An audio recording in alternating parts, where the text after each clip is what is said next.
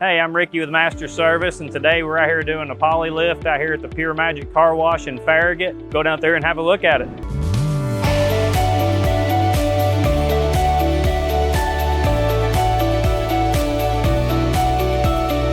So as you can see, it's got some major settlement, and then some of these bigger cracks in these areas on the lower end, you can actually see we've already brought it up some. Got to get some more material to finish getting our lift. It does have a decent sized void underneath, probably about anywhere from 2 to 3 foot void in some of the areas. So it's got some major washout over time, just water getting under there, washing everything out.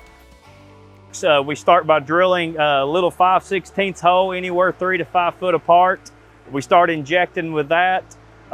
Anywhere from 10 to 12 seconds, the poly's fully expanded. 15 minutes, it's fully cured.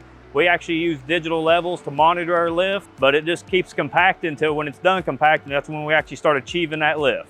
I think it's gonna go really good. We're getting some really good movements, but we're just gonna keep on working on it and see how far we can push it.